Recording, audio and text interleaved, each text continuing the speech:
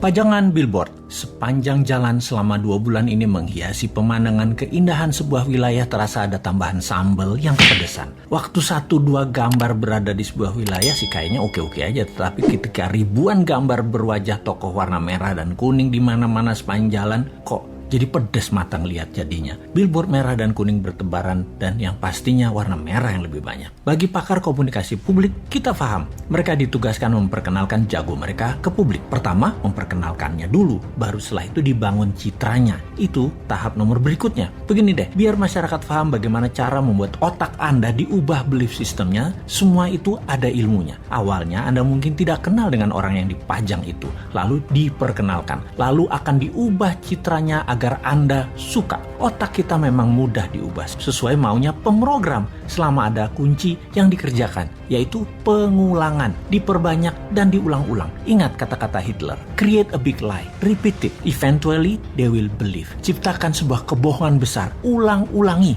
pada akhirnya mereka akan percaya. Sekali lagi, kuncinya adalah pengulangan. Jadi semua ini ada rumusnya dan hal ini bisa dipakai di produk sahabat atau di personal branding ketika Anda mau menjual diri Anda, apapun tujuannya. Salah satunya ingin jadi presiden. Rumus dasar promosi changing belief ini ada 4 step, di mana pikiran manusia yang ditarget tadinya akan diubah sesuai tujuan pemrogramnya. Yaitu 1, manusia itu unaware atau tidak kenal di awalnya. Kemudian 2, dia aware, menjadi tahu atau knowingness. Ketiga, likabilitas atau kesukaan.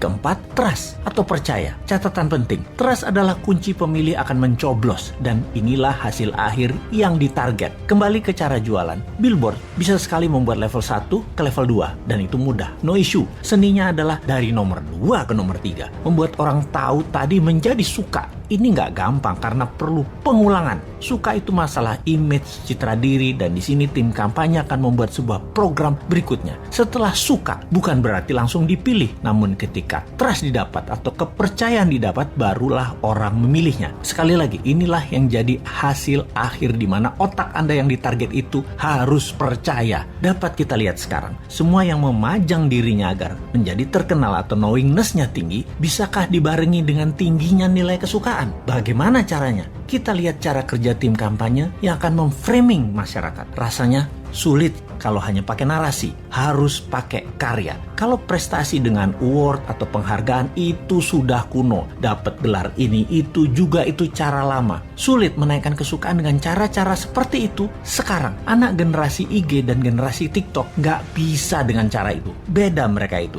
Tapi bener deh, saya menduga dulu alias beberapa tahun yang lalu bahwa di tahun 2024 nanti orang yang menang di dunia digital atau di dunia maya peluangnya besar untuk dikenal dan disukai. Namun fakta menarik, karena ekonomi tidak tumbuh seperti janji kampanye, maka dunia maya hanya bisa mencapai 80% populasi urban atau orang-orang kota dan hanya mencapai 36% di pedesaan atau daerah rural. Alias kalau di total 55% manusia Indonesia ternyata belum terjamah informasi melalui internet dan sosial media. Dalam 5 tahun ke depan dari tahun 2019 ke tahun 2024, kalau ekonomi maju seperti target pejabat negara, maka perkotaan bisa mencapai 100% manusianya terjangkau internet dan 70% daerah rural, area pedesaan dan pelosok bisa mencapai 7%. Tapi hal ini tidak terjadi. Faktanya tidak tercapai. Maka spanduk, baliho, billboard masih jadi pilihan untuk membuat nomor 1 dan 2 dalam strategi pengenalan calon. Tapi 3 tahun itu masih lama. Bahkan orang yang disukai pada saat ini